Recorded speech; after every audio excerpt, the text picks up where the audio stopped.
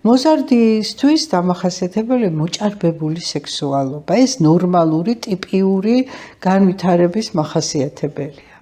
ამიტომ ის რომ იცმევდეს გამომწვევად, ხაზგასმას აკეთებდეს თავის დაუშვათ, ხო, აი ეროტიკული განცდებიც აქვს, ამიტომ მისი მოხელთება ძალიან იოლია. აი სიტყვა მოწყვლადი არ მიყვარს, მაგრამ ამ კუთხით ის არის მოწყვლადი. ამიტომ ის ხშირად შეიძლება გახდეს კარგი სამიზნე მისი ცუდად დაინტერესებული ადამიანისთვის და ჩვენ გვაქვს ძალიან სერიოზული პრობლემა ონლაინ სექსუალური ძალადობის. ონლაინ სივრცეშია ეს პრობლემა გადანაცვლებული და ნახეთ ახლა სამართლებრივად რა ხდება.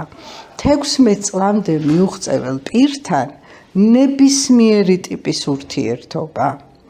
ქათინაური რაღაცა ისეთი სექსუალიზებული მინიშნება, აღარ ვლაპარაკობ იქ შენ რო დაუშვათ გაუგზავნე რაღაც გრუმინგს ეძახიან ამას, ხო, აი შებმა როგორც ადრე ვამბობდით, ხო, გრუმინგი, აი დაყოლიების ნებისმიერი მცდელობა არის დასჯადი ქმედება.